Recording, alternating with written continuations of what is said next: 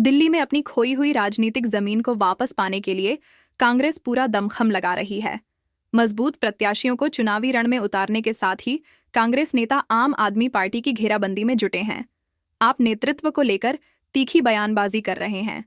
Party के रणनीतिकार किसी तरह से चुनावी मुकाबले को त्रिकोणीय बनाने के प्रयास में हैं। बड़े चेहरों पर दांव लगाएगी बीजेपी। नए साल की शुरुआत होते ही दिल्ली विधानसभा चुनाव को लेकर भाजपा में घमाघमी बढ़ती जा रही है। बीजेपी झारखंड चुनाव को सबक के तौर पर ले रही है। यही वजह है भाजपा नेतृत्व ने अपनी चुनावी रणनीति को लेकर अंदरूनी तौर पर काफी विचार विमर्श किया है। दिल्ली में टिकटों को लेकर देरी की है। सूत्रों के अनुसार पार्टी का मानना है कि जहां वह सीधे जनता तक अपना जुड़ाव कायम करने में सफल रही है, वहां उसे जीत मिली है, और जहां इस मामले में कमजोर पड़ी, उसे हार का सामना करना पड़ा है।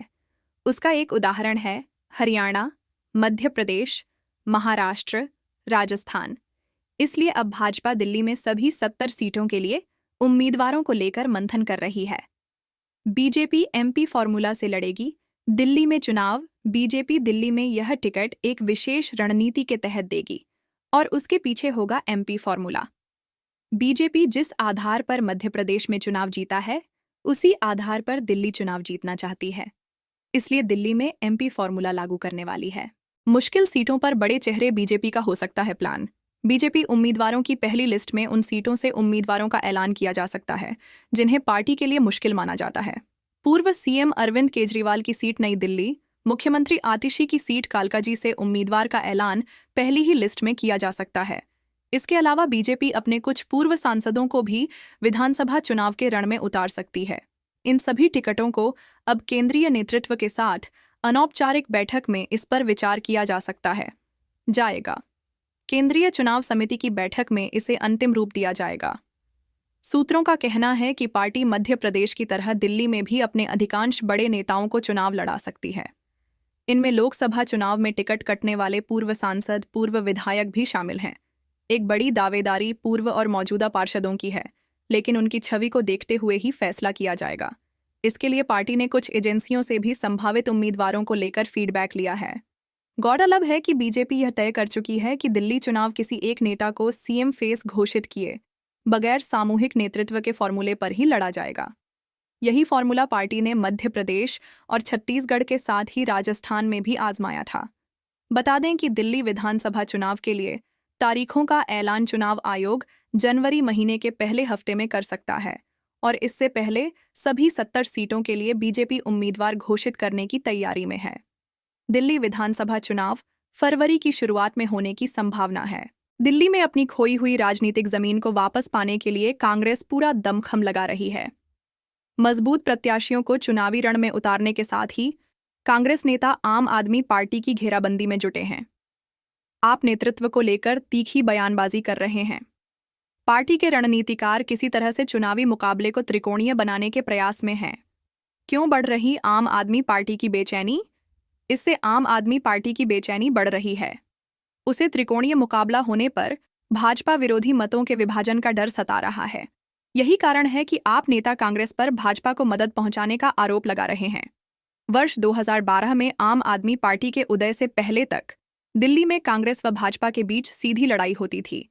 इस दौरान 1993 को छोड़ दें तो किसी भी विधानसभा चुनाव में कांग्रेस को 40% से कम मत नहीं मिले थे। साल दर साल घटती गईं कांग्रेस की सीटें। झुग्गी बस्तियों और मुस्लिम व अनुसूचित जाति बहुल क्षेत्रों में इसका मजबूत जनाधार था। इनके बल पर कांग्रेस 15 वर्षों तक दिल्ली की सत्ता में रही।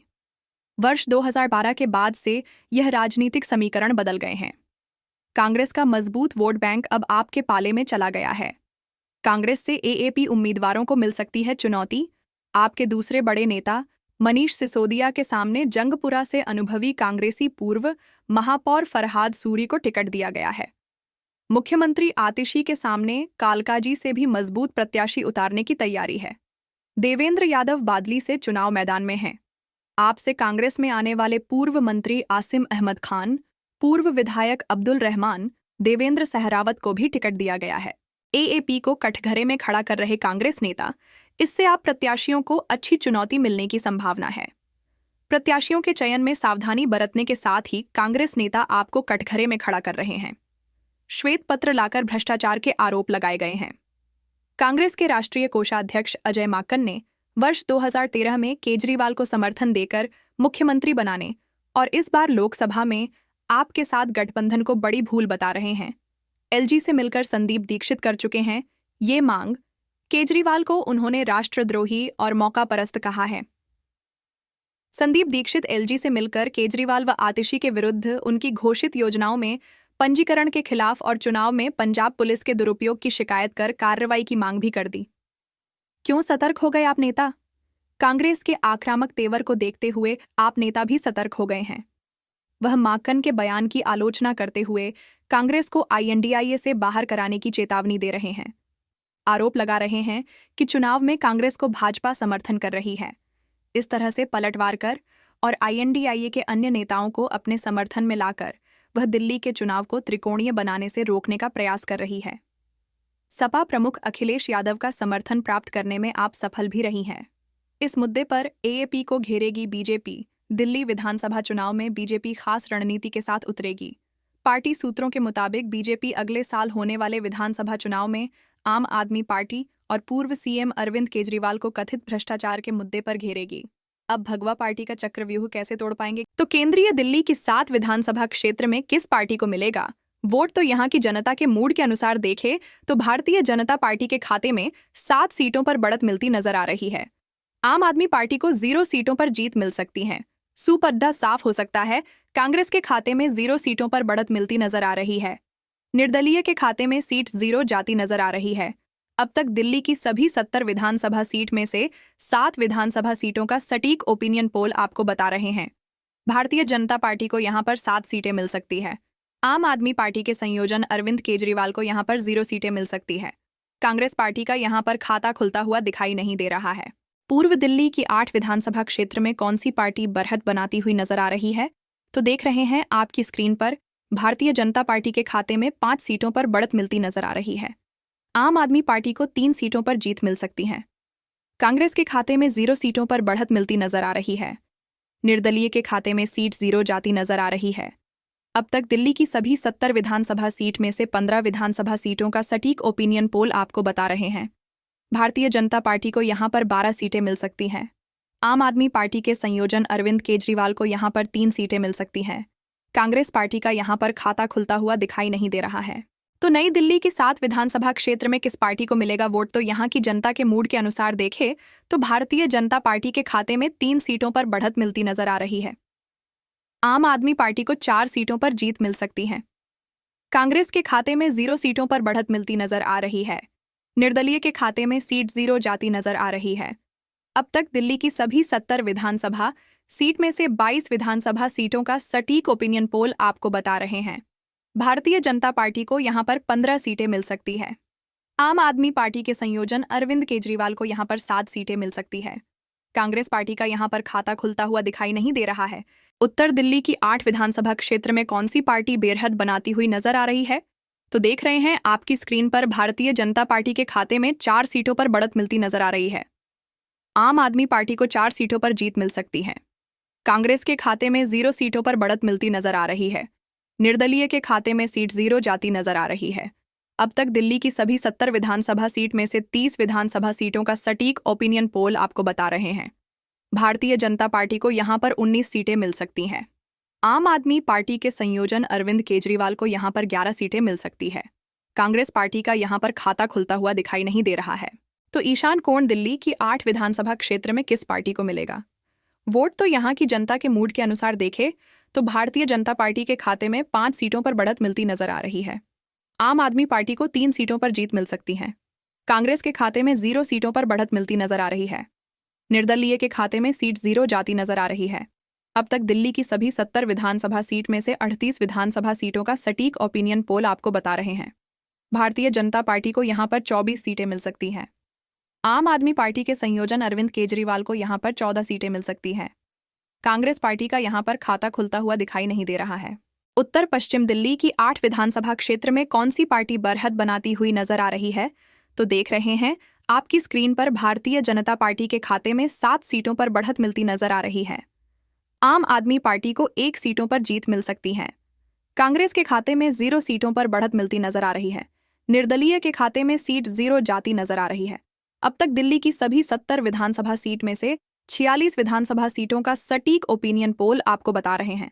भारतीय जनता पार्टी को यहां पर 31 सीटें मिल सकती है। आम आदमी पार्टी के संयोजन अरविंद केजरीवाल को यहां पर 5 सीटें मिल सकती है। कांग्रेस पार्टी का यहां पर खाता खुलता हुआ दिखाई नहीं दे रहा है। तो दक्षिण दिल्ली की 8 विधानसभा क्षेत्र में किस पार्टी को मिलेगा वोट, तो यहाँ की जनता के मूड के अनुसार देखे तो भारतीय जनता पार्टी के खाते में 5 सीटों पर बढ़त मिलती नजर आ रही है। आम आदमी पार्टी को 2 सीटों पर जीत मिल सकती है। कांग्रेस के खाते में 0 सीटों पर बढ़त मिलती नजर आ रही है। निर्दलीय के खाते में सीट 0 जाती नजर आ रही है। अब तक दिल्ली की सभी 70 विधानसभा सीट में से 54 विधानसभा सीटों का सटीक ओपिनियन पोल आपको बता रहे हैं। भारतीय जनता पार्टी को यहां पर 35 सीटें मिल सकती है। आम आदमी पार्टी के संयोजन अरविंद केजरीवाल को यहां पर 19 सीटें मिल सकती है। कांग्रेस पार्टी का यहां पर खाता खुलता हुआ दिखाई नहीं दे रहा है। दक्षिण पश्चिम की 8 विधानसभा क्षेत्र में कौन सी पार्टी बेअड़हद बनाती हुई नजर आ रही है, तो देख रहे हैं आपकी स्क्रीन पर भारतीय जनता पार्टी के खाते में 5 सीटों पर बढ़त मिलती नजर आ रही है। आम आदमी पार्टी को 3 सीटों पर जीत मिल सकती है। कांग्रेस के खाते में 0 सीटों पर बढ़त मिलती नजर आ रही है। निर्दलीय के खाते में सीट 0 जाती नजर आ रही है। अब तक दिल्ली की सभी 70 विधानसभा सीट में से 62 विधानसभा सीटों का सटीक ओपिनियन पोल आपको बता रहे हैं।